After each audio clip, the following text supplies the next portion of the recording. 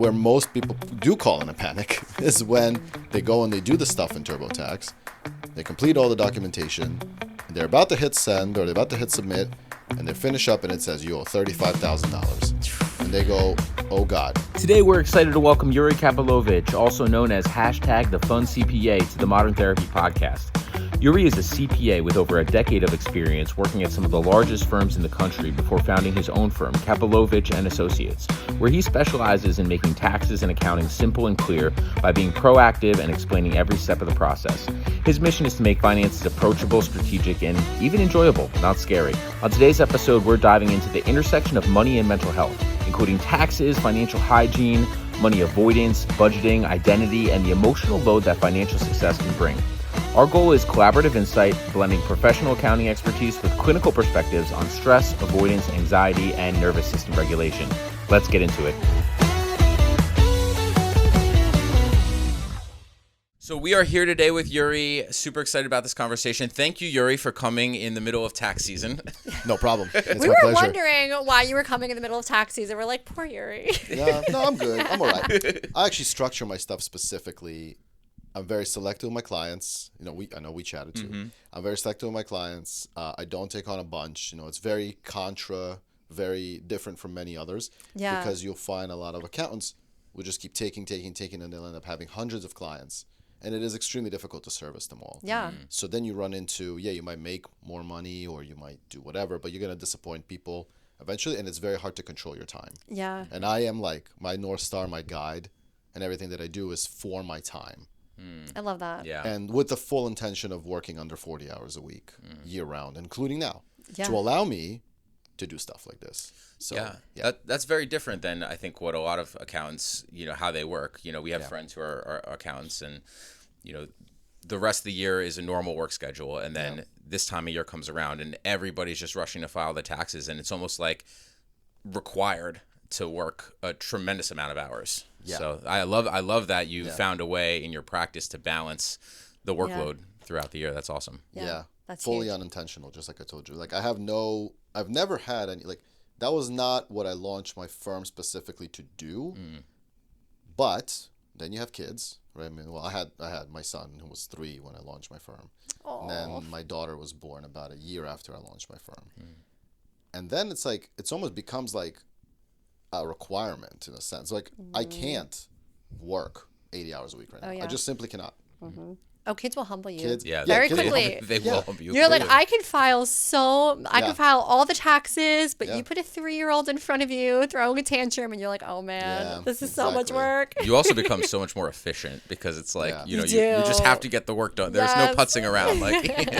So those kinds of things like that's what really yielded and almost forced that mentality. And then, and it's also a good mentality to have that, you don't take on everybody.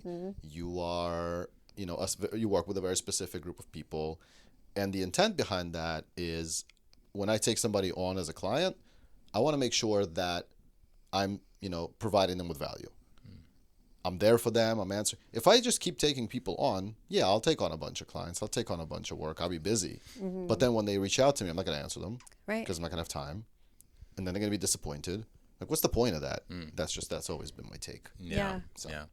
So you have an interesting nickname, the Fun CPA, which is a little counterintuitive. No offense, because the accountant industry is not known as an industry of being very exciting and fun. So I love that name for yourself. Thanks. I'd love to get a little background about what started you in the industry, what got you into it, what made you decide to launch your own firm, and how did that nickname come up? Yeah. So we'll go back. So before going to college, I actually wanted to be in finance. I wanted to do finance. That was my go-to. That's what I thought I wanted to do. I then get into college, going through it. I got decent grades. One of the classes I took was actually abnormal psychology. And by the way, I have a minor in psychology. Oh, cool. Which, again, no intent in it, but turned out to be very useful in many ways. But anyway, I get this class, really fascinating class. I did very well in it. I got an A. But somehow the professor mixed up my name with someone else and gave me a C when I got an A. And, of course, that happened right around the time when the applications for business school were going on. So I applied to finance. You have to have a certain GPA to get into finance. And that grade happened to come in and lower my GPA enough that I couldn't get into finance. Not only not get into finance, but not get into the business school at all. And as an aside, at Rutgers, business school at the time was a 2-year program, so you had to apply to it in like your sophomore year. So I went through 2 years of like prereqs and then applied. So anyway, business school completely says, no, you can't come in. We're all full. And I'm like, oh, well, that's terrible. So I start like panicking and like running around trying to get my grade fixed. I get it fixed. And the only thing that ended up still being open when it got fixed was accounting. Wow. So that's how I got into accounting. Wow. So it was truly meant to be bad. Yeah, I guess so. Yeah. That could have been the best thing that ever happened to you. Yeah, it could have been. Yeah, and I think it was in some way. So then I get into accounting. I'm like, okay, whatever, it is what it is. And then I really enjoyed the tax world. Like, accounting has a couple different paths you can take, like audit, which is kind of like financial statements and like putting those together, like the stuff where you like read about the company's financials. And then there's tax. And tax is where obviously like I chose that. And I chose that because of one of my classes, which was individual taxation. Like, it was really fascinating to me to see like what your kind of year pans out to be, what like the income that you earn, how does it go on the return? Like, those kinds of things were very interesting to me at the time. So I guess it spoke to me. And then, so then that's how I got into accounting. That's how I then finished that, start working at these bigger firms. And my big thing, I've always been like outgoing, like a very extroverted person, like always growing up. And so when I joined this profession, I was like, okay, this is like not it. Like the work itself was interesting to me. The clients I got along with very well. Like, I could speak to a person who, and I did, who was worth $500, $600, $1 billion, like in those big firms. That's who I worked with. These people make $120 million a year. Like, and some people, like, you can speak to them like they're like, we're talking right now. They were very humble, very down to earth. Some you would never speak to. You are not allowed.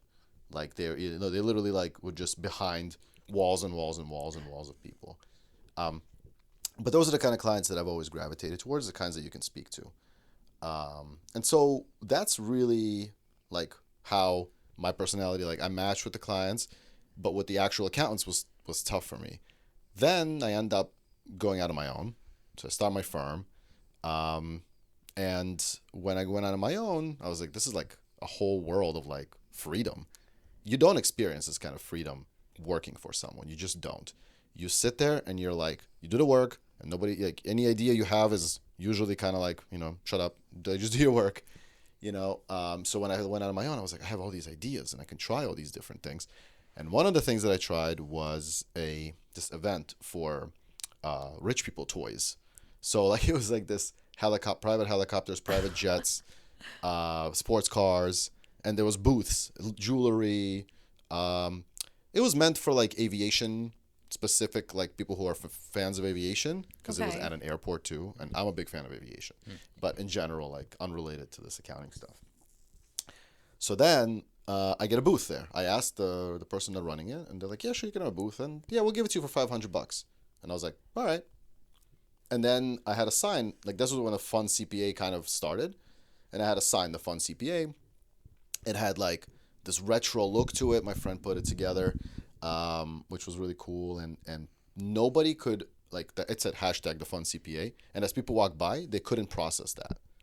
Like, they would look at that and they go, the Funk Pa? What does this say? Like, and I would constantly be like, no, that's the Fun CPA. And just like you said, that's very counter. Yeah. And they were like, I don't understand. So like, and that spoke to me. Like, that was like, I was like, this is it. Like, I gotta. This works. This works. So that's kind of the origination of that. And there's no intent behind it, initially. And as the brand kept growing, now I'm seeing it. It's more of like let's motivate accountants to show them what's possible. That you can go and do podcastings in the middle of tax season. You can have a life in the middle of tax season, and it doesn't have to suck. So that was my very long answer.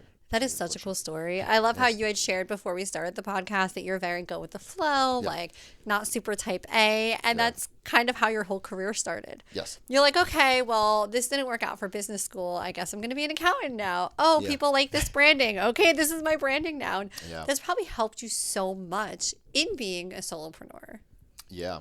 Yeah. It helps a ton. I mean, I think as a solopreneur, I think as a business owner, you kind of have to like roll with a lot of punches and be okay with it. I mean, I can't say like the flip side to it is I think a lot of people who are set, goal-oriented, type A, you know, with specific goals, I think in a way there is an upside to that. There is a like, well, they're set on that. They know the steps that they got to take, and you know they're all in for it.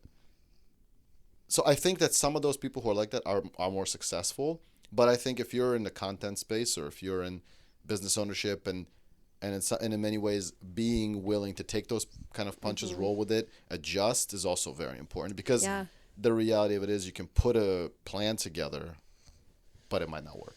Yep. Everybody's got a plan until you get punched in the face, right? Famous. We tell ourselves that all the time. I've gotten punched in the face many times. Well, that's what entrepreneurship is. It's just a constant cycle of getting punched in the face, recovering, and then doing it over and over again. Yeah, but if you have the goal, you know, it just depends like how set you are. Like you can't, you know, if you get punched in the face and you go, okay, I'm done, I'm not doing this anymore.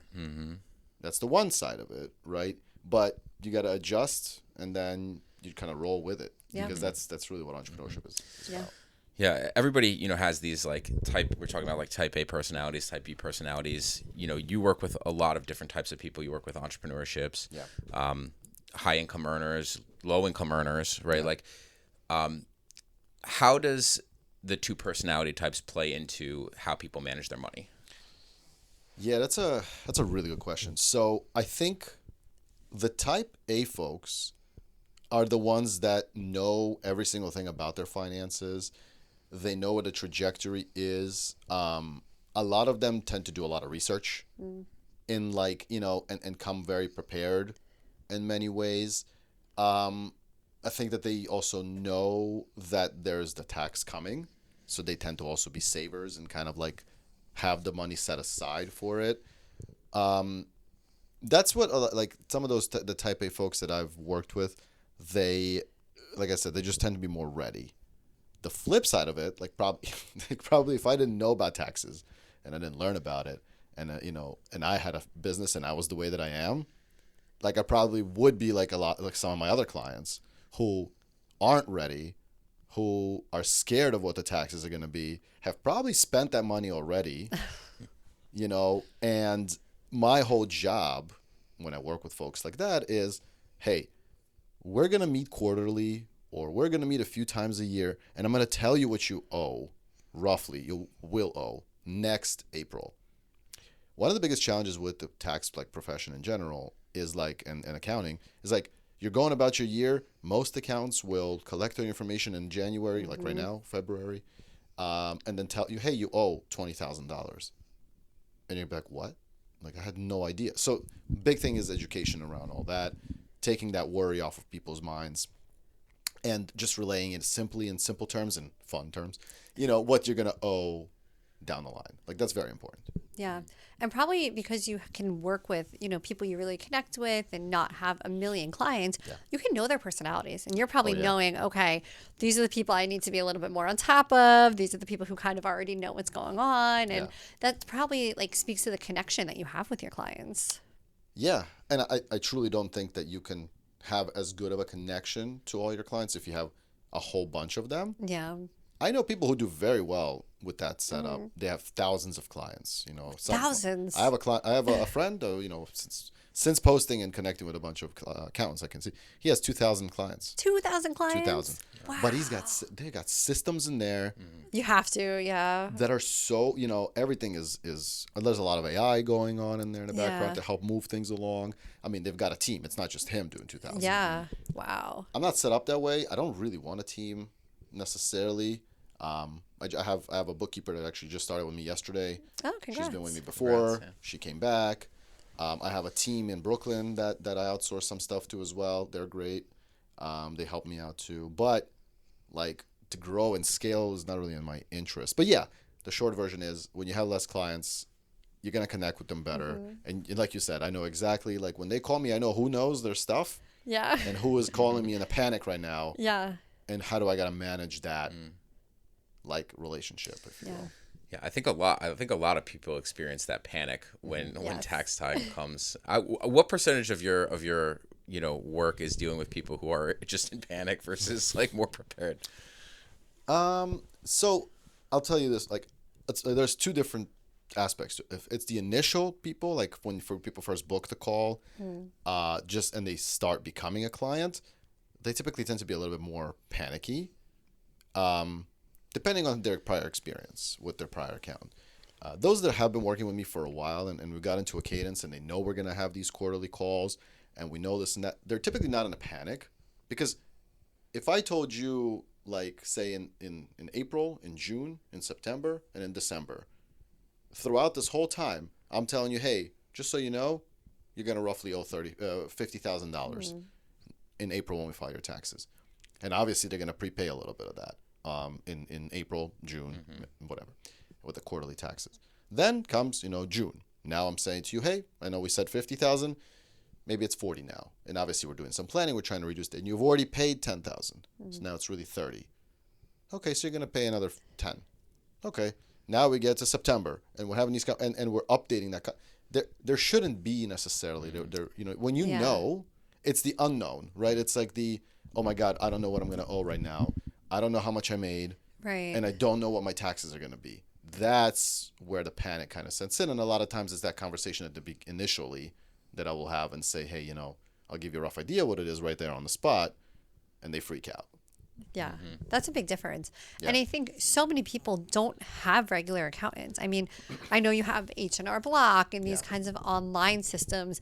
Do you think that adds to a lot of people's panic? Like maybe they're not entrepreneurs, but they're just once a year going on this system and it's not intuitive. It's very confusing if you don't know what you're talking about. 100%. I mean, it's so interesting right now. Like there's so much AI, there's so much technology, there's so much stuff out there. But this part of it is very, very challenging to the kind of person who doesn't know anything about accounting. The first fear is, well, obviously they don't want to pay. They typically don't want to pay a lot for that service. They don't want to pay, they want to pay a lot of money. They just want to pay as little as possible. And those platforms, TurboTax, all this other stuff that's out there, yields that. It's cheap, but you're going to figure it all out yourself. And where most people do call in a panic is when they go and they do the stuff in TurboTax, they complete all the documentation, and they're about to hit send or they're about to hit submit, and they finish up and it says you owe $35,000. And they go, oh God. Uh-oh. But I hate to say it, sometimes that is the correct amount. Like they didn't mess it up, they just didn't know, because you're not going to talk to this. They don't, There's nobody to talk to. Right. Right? And even if you do talk to a pro there, it's a lot of times an outsourced CPA or accountant that they contract with. They're knowledgeable people, but they're not going to have that whole relationship and all that. So that's really where that panic sets in. And then I'll review it and I'm like, like that's kind of it. Like if you didn't prepay, if you didn't pay quarterly, if you didn't do this, like that is what you owe. I'm sure you probably find yourself sometimes feeling a little bit like a therapist. It is actually, I'm a part-time therapist. Yes. Yeah, literally. It's true. Yeah. Why do you think there is such a fear of, I feel like you have two camps. People who are just like, I'll pay my taxes whenever, I can be late with them, not a big deal. Yeah. You have the other camp of people who are just always convinced the IRS is going to be knocking on their door, arresting them. Yeah. Why do you think it's such a polarizing topic? Oh, man. Really good question. Social media. You wanted to talk about some social media stuff. We'll get into it. We'll get into all that. But I think it's social media. I think it's the perception over the time, maybe what you've been taught. It's a really, really interesting dynamic we're going through right now, actually, because as I'm just thinking about this as we're talking, like our parents and our grandparents, right? What was their mentality? And like, I'm actually curious if you'll remember this. Like, what was the one thing that like was this statement that everybody would always say in that generation? Do you know? Oh, I can tell you what our parents say. We don't want to pay taxes. Yeah, you don't want to pay taxes. We don't want to pay But like taxes. when it comes to the IRS, there's like this specific like statement that many people will say. I don't know if you guys. It's don't mess with the IRS. Don't mess with the IRS. You know what? Maybe we had a different experience than the rest of people because our parents were very much like, we don't want to deal with them, as in we don't want to deal with them. I have heard that before, Yes. though. But quite a bit. yes. Don't mess with the IRS. Most people don't want to deal with it. That's in general. Nobody. People don't like paying taxes. That's just the reality. Like I'll deal with that later, and we're like, no, this is kind of important. Oh, I see that camp. Yeah. Yeah. Yeah, a lot of people will defer to that. A lot of people will push that away. But to the point of don't mess with the IRS. So our parents and grandparents. I know I'm an immigrant. Myself moved here too. Oh, from where? From Israel. Oh, awesome. So and I was born in Russia as well. So like basically we did a lot of moving around. You were born in Russia? Yeah. Did you live in Israel too? Yep. Oh, 11 my years. goodness. How long have you been in the U.S. for? 2001 I moved here. So what's it, whatever, 25. Oh my goodness. Yeah. Oh, that's such a cool story. I had no idea. Wow. Yeah. So I had a lot of that traveling, and we can get into all that too. But where was it going? Oh yeah. So when we came here, obviously, law. You got to file your taxes. That was inherent. Don't mess with the IRS. Don't play any stupid games. Do everything correctly. Then in comes like social media and all these absolutely terrible advice givers at the best way, most politically correct way to put it. Yes. The downright scammers. But posting all this stuff and making it seem like you can just do whatever you want. Yeah. And then so many of them lead with like, what are the chances you're going to get audited? And that is that is the most frustrating thing too, because I mean, it is true. It is a low chance, but it doesn't mean it's a free for all. So the mentality has changed from don't mess with the IRS to, so what can I get away with? And you just don't want to walk that fine line, but many accountants will, unfortunately. And so we're in this weird space now where like so many people like, toe the line, push the line and all that stuff. So yeah, like that's kind of the tough challenge and of where we're at. So managing those expectations and talking to clients has like two camps of people who are like, I want to just do it right. And I want to make sure that it's done correctly, which is my favorite kind of clients. Of course. And we'll do everything legally to make sure you lower your taxes. And then there's the folks in the other camp who are like, I saw this video on Instagram. Can I write off this and write off that in my Rolex? No, you cannot. Yeah. So it's managing that as well. But I do find that, some people just want to like delay it as long as possible. They're scared. They don't want to deal with it. Mm-hmm. They're they just don't know. They just defer it and they don't do it. Yeah. Is it challenging to combat that misinformation sometimes? It's extremely hard. The best way I could put that out and and really relay it to folks listening is, imagine if I made a video, and you don't have to imagine, I do make these videos where it's actual factual information, like actual advice that is correct. Take a look at my Instagram. 500 views is a good day for me. Maybe 1,000 views is a very good day for me. Yeah. Now take a look at these people out there who are putting out, these hype tax strategies that are completely wrong. Look how many views they're getting. Millions. That's scary. Millions. Well, and people are loving it. It plays into people's desire to, not pay taxes. Right? Or scam the government. There's this magic button or wand that you can wave where all of a sudden all of your income is offset, and it's just, it's a lot of them are sketchy. I've seen a lot of those videos that you're talking about. A lot.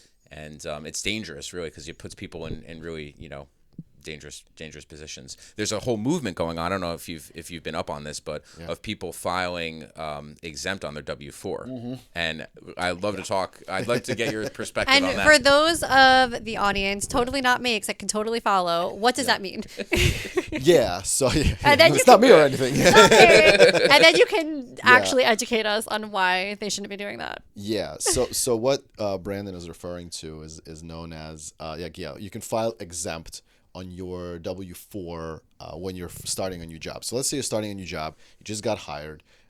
You have to file a bunch of paperwork, obviously, when you begin. One of those forms is your W-4. The W-4 is where you indicate like how many exemptions you have, how many like dependents you have, and that form will determine how much tax is withheld from your paycheck every 2 weeks or every month or however often you get paid. Got it. Okay. So the lower the number, the less exemptions, the less dependents, the more is withheld because it is assumed you don't have as many deductions. Okay. So if you put, for example, W-4, you fill it out, you put 0 exemptions, 0 dependents, you'll be withheld at the highest amount on the income that you're going to be paid. Okay. And you'll likely get a tax And refund. you'll likely get a refund at the end Okay. of the year. I should just let Brandon do this. So you'll likely get a refund. That is good if you want to just be, and a lot of my clients would say, I'd rather do that because then I know that whatever money I'm clearing after the taxes and after that every month is mine. Yeah. I don't have to worry about extra tax bill when tax season comes. Yep. The other side of it is folks who put more dependents. Now they're getting more money every paycheck. And they're like, yeah, like now I have extra money. But guess what happens at tax time? They're going to owe tax. Right. Because can you just make stuff up for that? Well, no, like so effectively you're just not taking out enough money. Yeah. You know, you're saying, can you make stuff up on your W-4? Yeah, you can put whatever exemptions you want. But then they find out later, okay, this was not accurate. Yeah, you find out when you realize, like, I've been getting withheld $100 every 2 weeks and I make $10,000. Wow. You know, so that's clearly not enough. And so then you're going to owe that money. It's going to come due when you're doing your taxes.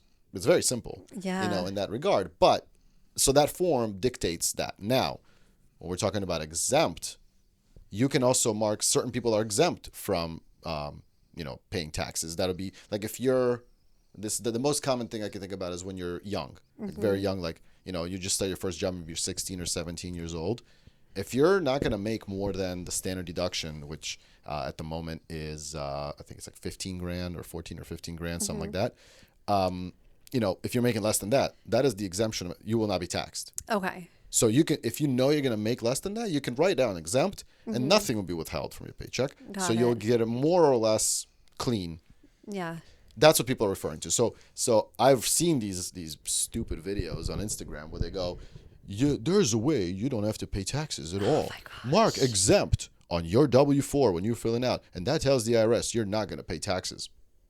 But then what happens when it's tax season? You pay all that tax. So are you saying that people who are doing this, like their plan is to not pay the taxes later? Yeah, actually, there's a movement of people right now that are boycotting taxes. Yes. Just in general. Is that legal? And no. I think there's a lot of we're talking about misinformation. Wow. And I think there's a lot of misinformation going around right now. Yeah. There are a lot of people that are under the impression that like the IRS actually can't, like, it's legal not to pay taxes. Yeah, no. I mean, the IRS, it's the craziest stuff out there. No, like you absolutely have to, you're required to pay taxes. Unfortunately, you know, I don't make the rules. You know, the IRS does, the government does. Everybody has to pay taxes. Whether you mark exempt, like I don't even understand what these people would do. Like, okay, you mark exempt, so your whole paycheck is clear of tax. Like you're gonna make more of it as you're getting it. Yeah. Then at the end of the year, when the year ends and it's tax time, what do you do? Right. Like that's the part I don't understand. My only thinking is, okay, maybe they just don't file. They're not filing, maybe. But here's the thing: the IRS, and this is very important to anybody listening, the IRS has all of your information. Like when your W-2s are submitted to you, we just passed. So yesterday was actually the deadline for submitting all the W-2s out, getting them out to everybody, the 1099s too, being issued to the contractors and W-2s. So you're going to get your W-2 in the mail or electronically or whatever, however you're going to get it. Yeah. You get it. You're not the only one getting it, just so you know. Like the IRS is getting a copy of it, the state is getting a copy of it, and you're getting a copy of it. When that gets filed, that goes into the IRS transcript system, which is, by the way, available to anybody. You can go on your own, download your own transcript and see what the IRS has on file for you. Like, it's no secret, right? So if you make $100,000 and you didn't withhold anything and you didn't file, the IRS knows you didn't file. They're just eventually going to send you a notice saying, hey, you haven't filed returns in a couple of years. You should go do that now. And you can say that you're against taxes or against the IRS or whatever you want to make up, but they don't care. They're just going to say, okay. And sometimes if it's been long enough, the IRS can actually go ahead and prepare the return on your behalf effectively in their own ways because, I mean, they know all the information. They know how much you owe. And then they're just going to send you a bill. Wow. That's so, I cannot believe people are doing that. I would be so scared. I mean, it's not like I will also be like I don't understand. Somebody has got to be telling them that they can do it, right? Right.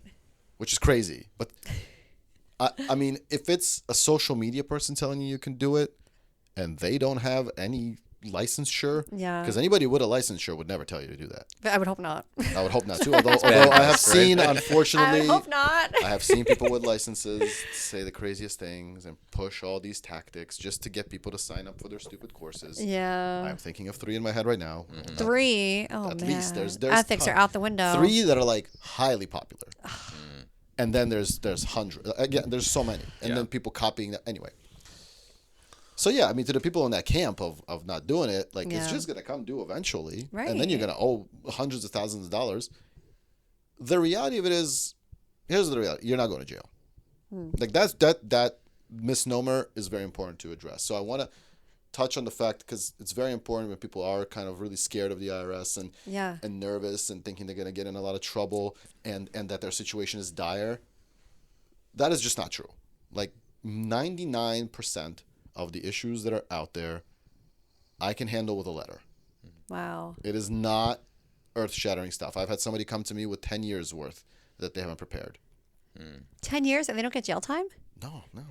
You only get jail. Why were we all so convinced that you're going to go to jail for like being late on a payment? It was beat into us. It was beat into us. Right. Now, that said, look, I mean, if you're late on a payment and you haven't paid your taxes, the problem isn't jail. The problem is the interest and penalties will accumulate to so much money that you're just never going to get out of it. Right.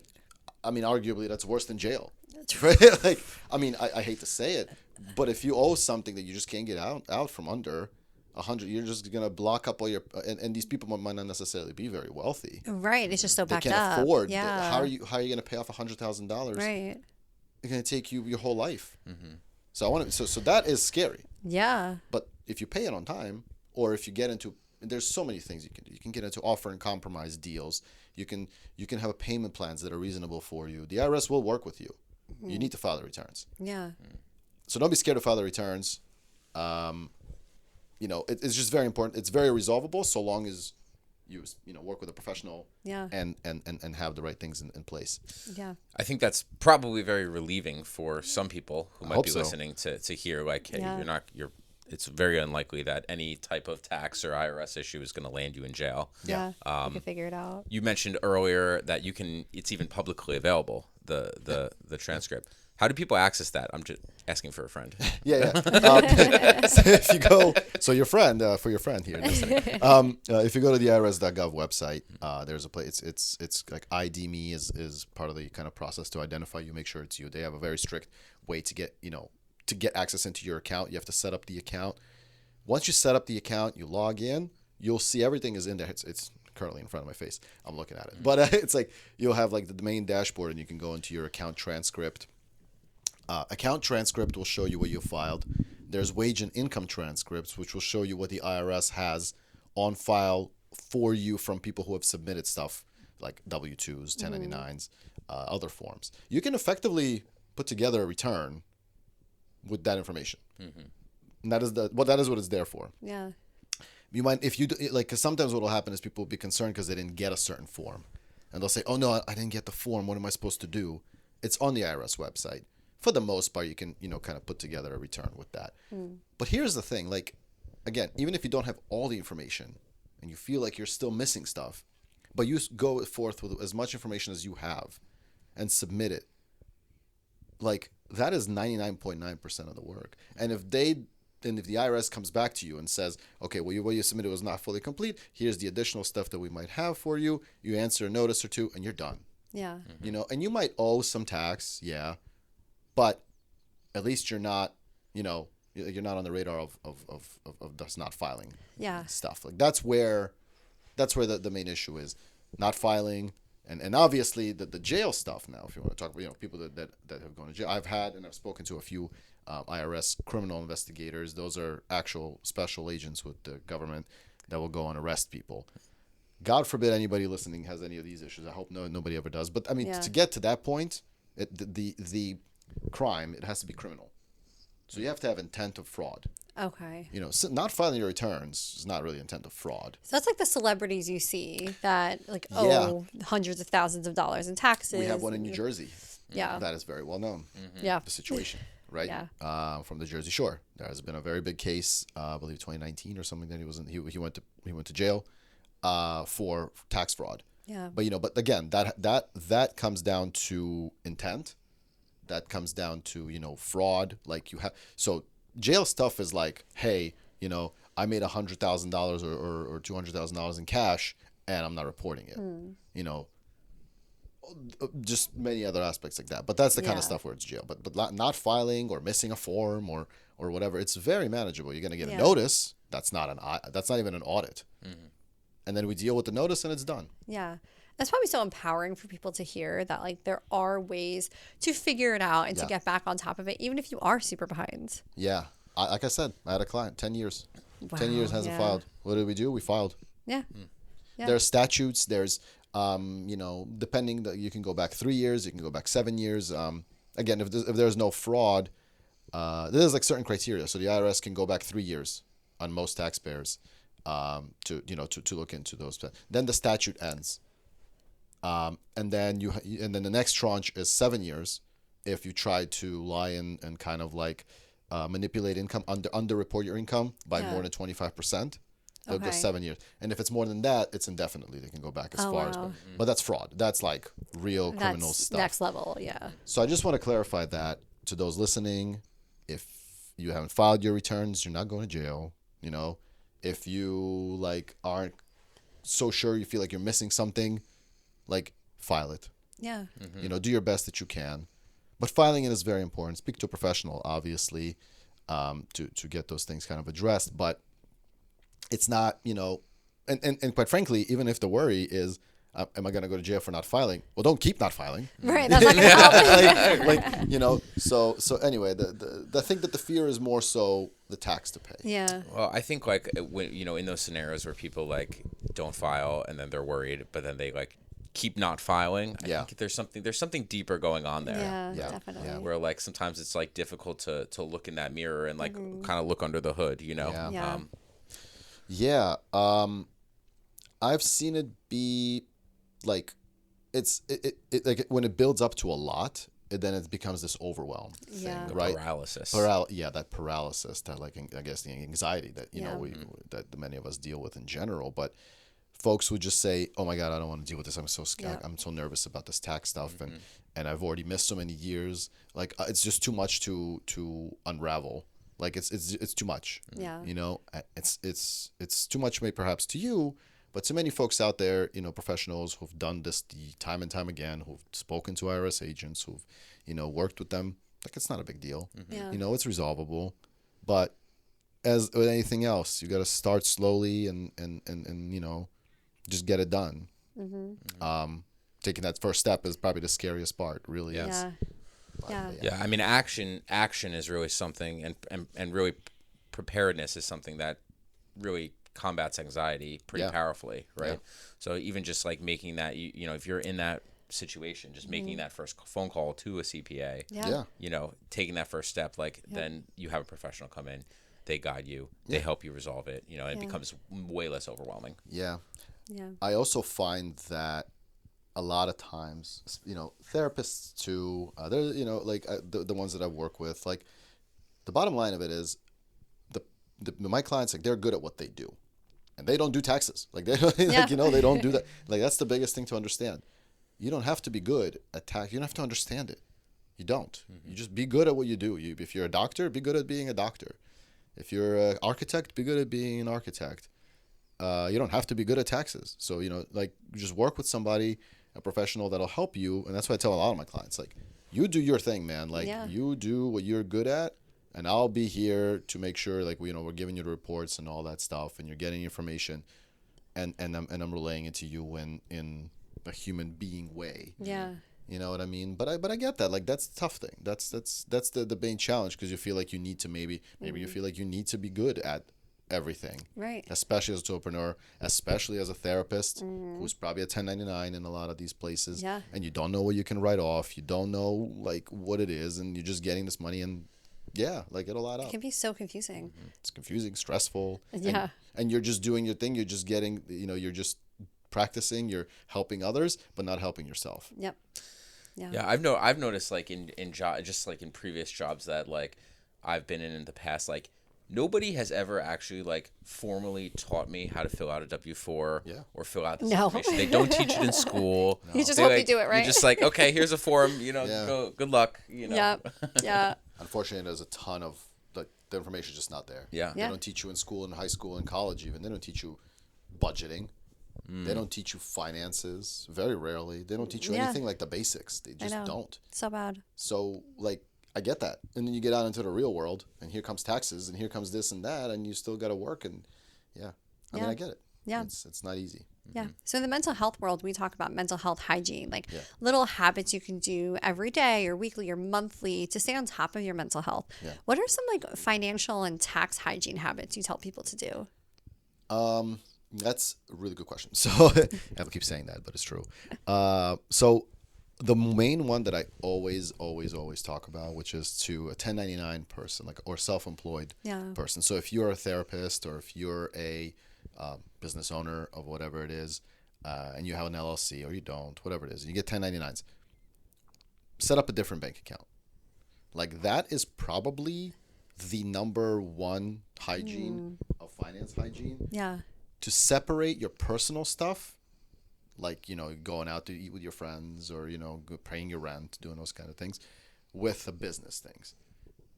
And then deposit those checks or the direct deposit or however you get paid into that separate bank account. Because what that does is that tracks, like, okay, this is my business account. This is like my business income and business expenses. So you get into the habit of having two cards. And it doesn't, by the way, it doesn't have to be a business card. It could just be, Brandon has two cards. Right. Brandon, they both say Brandon on it. Doesn't have to be a business name. But he swipes this one. Yeah. Ends in 1, 2, 3, 4. Could just be a personal account. Yeah, could be a personal account. Yeah. He swipes that one for business things, and he swipes 1, 2, 3, 5 account card for personal stuff. That's such a good idea. It's the Pod keeps it so clean. Keeps it clean. I mean, not only is it a good idea, it's also, if God forbid they did get audited, the IRS will come in and they say, okay, so show me your records. If you got one account with everything on it, that's a lose. Yeah. They got to look at that and go, what is business, what is personal? And if there's too much of, it's called commingling. If it's too commingled together, they're just going to pretty much deny everything because there's no substantiation. The substantiation is the separation. And then you deposit. So you deposit all those in there. You're more than welcome to do whatever you want with it once it hits that bank account. You can transfer it to your personal bank account and pay your mortgage / rent. You can, pay yourself a salary if it gets high enough to, for other strategies, like S corps, things like that. You can, you can really literally do everything you want. You can pay your taxes out of there, just classify it a certain way. And also, then you can always run a report, at the end of the year or something. Helps your accountant too, because everything is in one place. You don't have to sit there and figure out what you made and what you didn't make and what you spent. Yeah. So and when you get into the habit of using that card, you'll never miss an expense again. Because how many times have I seen people go, I made like 100,000. I don't know what my expenses are. Let me see if I can. And they digging through hundreds of transactions through the year. I can barely remember what I ate last week. Seriously. Let alone what expense I had in April of 2025. And sometimes the title on the expense line, if you're looking at the bank account, you're like, I don't even know what this is. Like, I'm trying to remember what this is, but you would sometimes never know. We're like Googling like what it says. What even is that? And then we're like, okay, yeah. So many people will think that you have to have bookkeeping. Like, so I'm a very, very, very big proponent of you don't have to do anything. That as long as you have a separate bank account. Yeah. That's my first question to all my clients, because if a prospect client comes to me and says, I don't have a separate bank account, I already know it's going to be a disaster. Like, how am I going to figure out what's what? Yeah.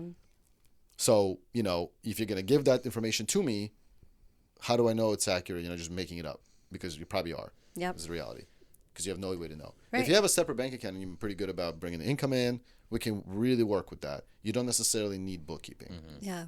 Bookkeeping comes into effect and to place when you can't manage it yourself anymore. You're so focused on the business, and you need somebody to come and kind of manage that bookkeeping for you, do it well, do it correctly. And the main part of bookkeeping is characterizing.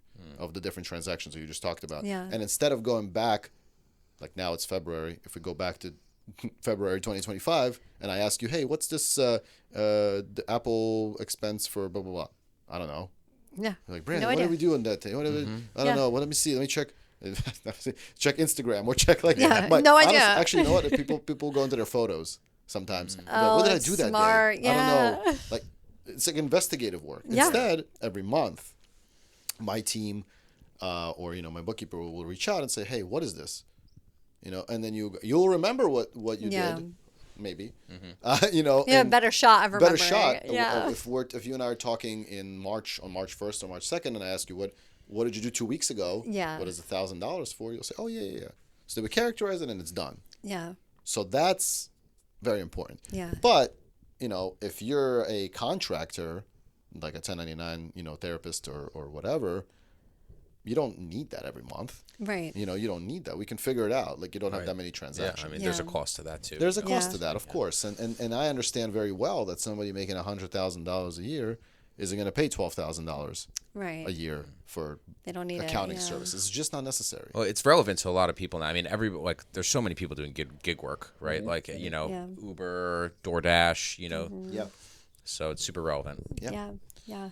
So I know we talked a little bit about like the write-offs and everyone kind of being really obsessed with like, how much can I write off? Like, can you explain what a write-off is and why people are saying you can write off like boats and watches and houses and crazy stuff? And maybe, can you? What does that look like? So it's interesting. I mean, it is like there are specific rules. I mean, when you really get deep into the IRS code, there are specific rules and exemptions and things you can write off and things you don't write off and complexities and all that stuff. Obviously, nobody's ever going to talk about that on social media because you just put people to sleep and you'll get 3 views, like my content. But the main gist of it is this one code section. It's 162, which defines what a write-off is. And what a write-off really is at the end of the day, or a deduction or an expense, is an ordinary and necessary for the course of business. That is the guideline for 99.9% of the questions out there. So to go back to your point, like writing off. So what can you write off? You can write off anything that's ordinary and necessary. Wait, that's the most simple explanation I've ever been given. That is the answer, right? Now, so then you go, but here's where it gets tricky. What is ordinary and necessary? And every business is different. It's a little subjective, right? That's the problem, I guess. I'll give you an example. If somehow I've seen this one where you can write off your dog, right? Like so stupid, right? But you can't write off your dog if you're just like a therapist, okay? Let's say if it's an emotional support animal. But again, but you can get into really weird things. Like for example, there's that. If you're in a kennel, oh my gosh. So you can't. Okay, let's put it. You can't write off your dog food. Right, like if you're a I don't know, if you have a car leasing company, okay, right. Dogs have nothing to do with that. Right. Don't be telling me there's a guard dog with your Shih Tzu or whatever. But like I've heard the craziest things, right? I'm sure. So you can't. But if you own a kennel and you operate a kennel or you have a pet store and you have dogs as part of your business, guess what's ordinary and necessary? To feed those dogs. Okay. So that is a totally legit. So you can see how one business can absolutely write off dog food, whereas another business that has nothing to do with dogs, food, or animals or pets cannot write it off. Right. That is that simple. So again, ordinary and necessary, and then so what is ordinary and necessary for a therapist? Your supplies, pens. Rent, if somebody's going over there, you got a room next door here and they're renting it from you, of course they can write that off. Right. Can you write off the gas of going to and from? But there's more specific rules about like transportation and mileage and all that stuff. Because technically if you're driving from your home to the office, that isn't really that doesn't necessarily count in your mileage. Okay. But so there's intricacies around that. But the very basic is, if somebody's telling you can write off a Rolex, as a therapist, you cannot.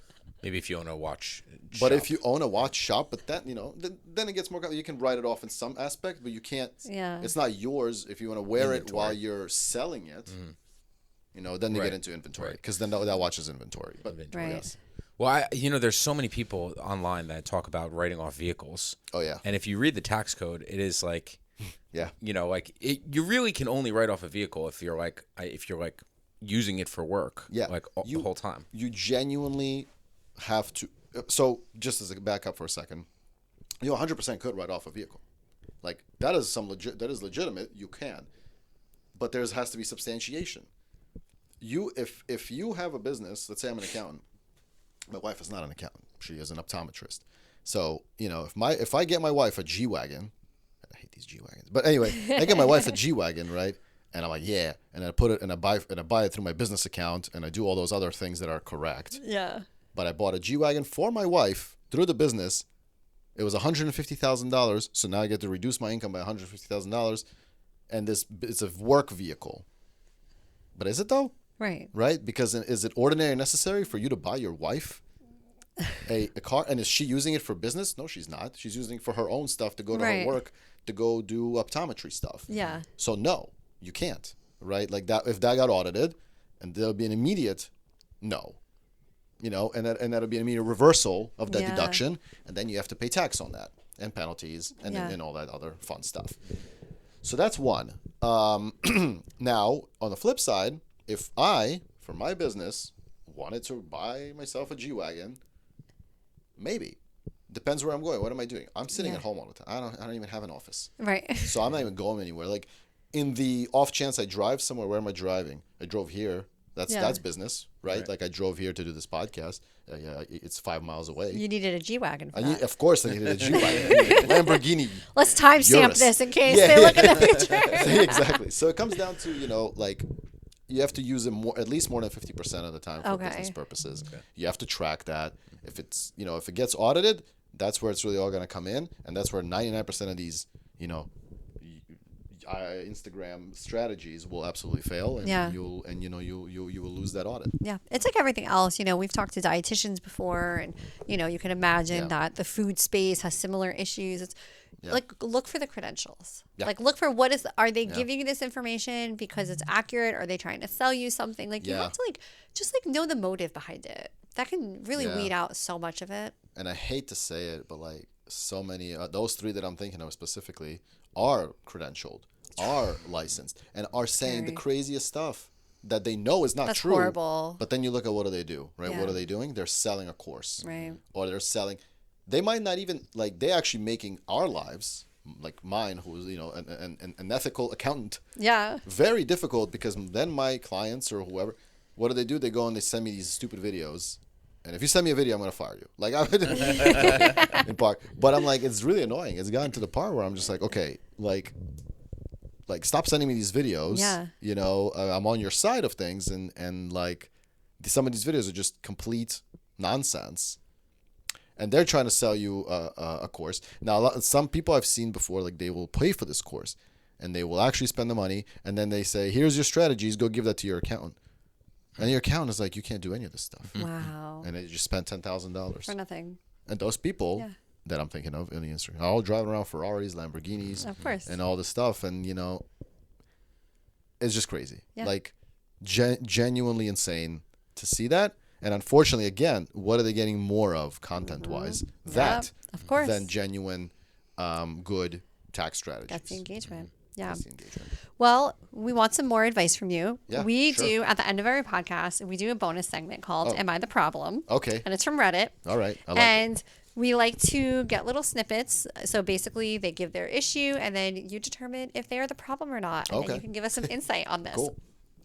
Okay. Am I the problem for not lending my boyfriend $1.6K to pay his taxes by next week, even though I have the money? My boyfriend has been asking me to let him borrow around $1,650 for the taxes he's been needing to pay. Mind you, this is for the October 15th extended deadline. He was supposed to pay this back in March, but couldn't afford it, so asked for an IRS extension. I've been reminding him that he needs to save money so he can pay it off, but all he likes to do is spend. On top of that, he's barely making the minimum wage at his job.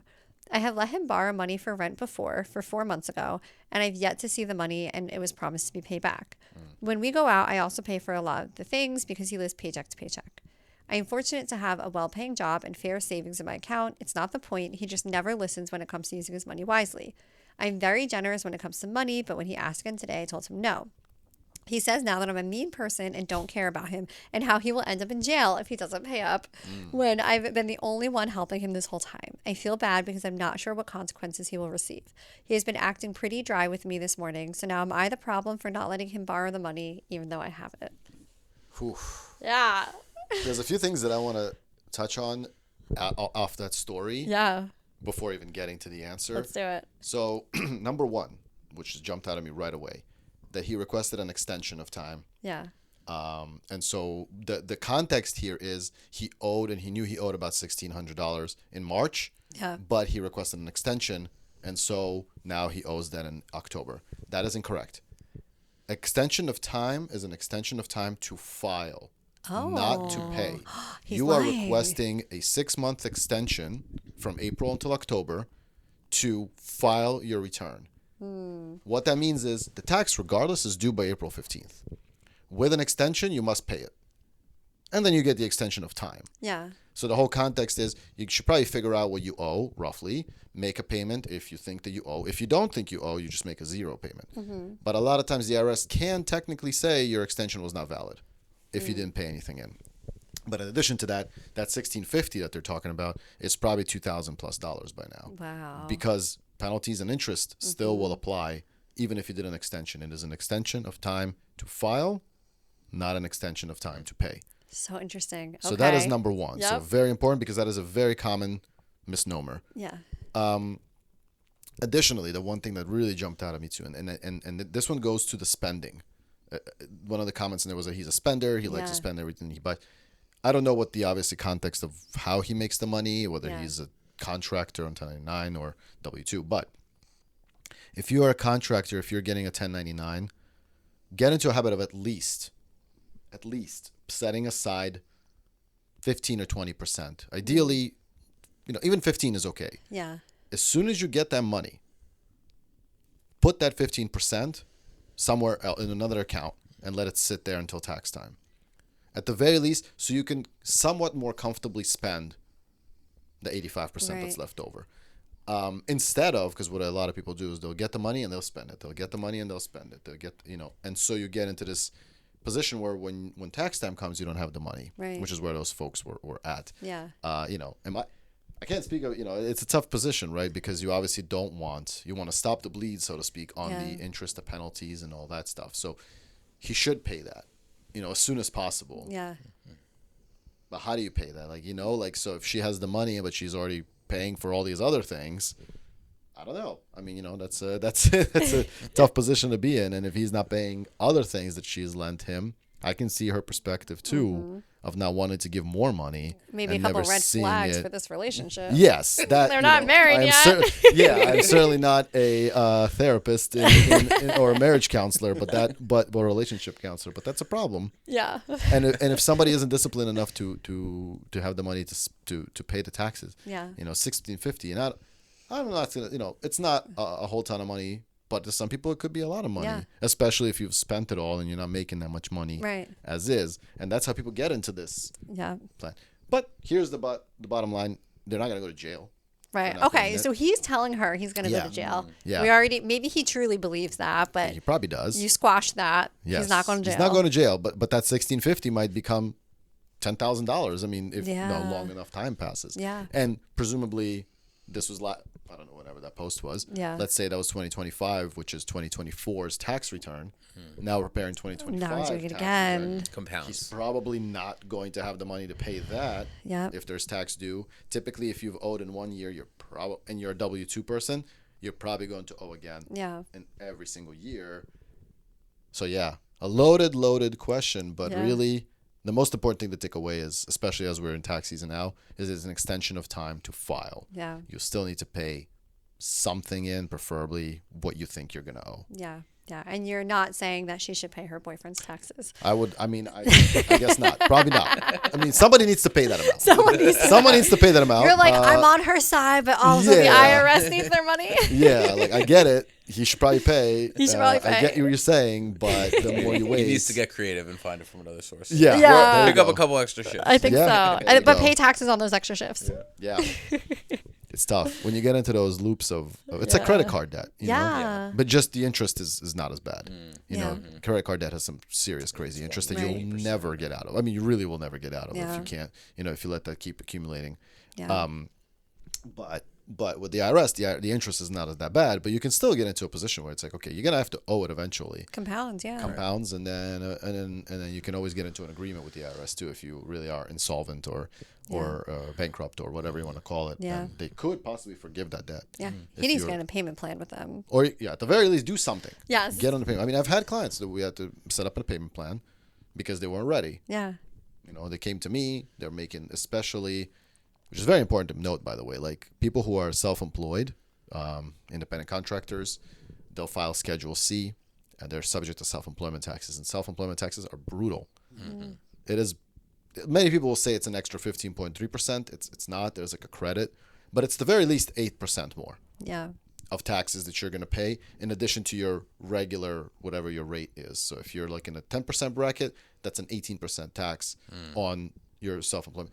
And from an employer standpoint, it's the easiest way to pay somebody is just give them a check and 1099 them. Right. From the employee standpoint, you're like, yeah, I'm getting free money without having to pay anything for it. But you do. And the hardest transition is when you're been W-2, where everything was withheld for you, you didn't have to worry about it, to now being 1099, where every quarter you gotta worry, you gotta at least pay something in. And there's a penalty associated with also not paying that quarterly too. Well, this has been a really insightful conversation. It's super relevant for the time of year we're in right now, so hopefully it helps some people out. I hope so.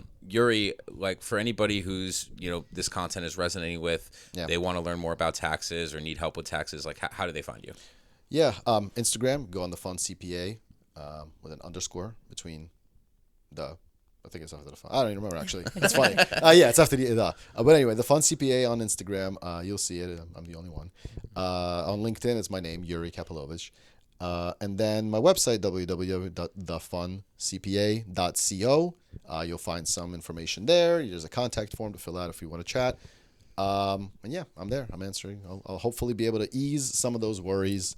And make the process as smooth as possible. And tell us about your podcast. Name your podcast, where they can find that. My podcast is the Fun CPA Pod, which is available on all the streaming platforms and where you find your podcasts. It is primarily for accountants looking to kind of learn more about the different ways that they can enjoy the profession. I've got a bunch of different guests on. We're about to flip the script here, and you'll be on as a guest, which should be really fun too. And so, you know, we try to kind of address a bunch of different aspects of building a firm, growing it, not necessarily working the crazy hours. So that's that. Love that. Well, thank you so much. Yes. This is awesome. Thank you guys for having me. Of course. Appreciate that. Great.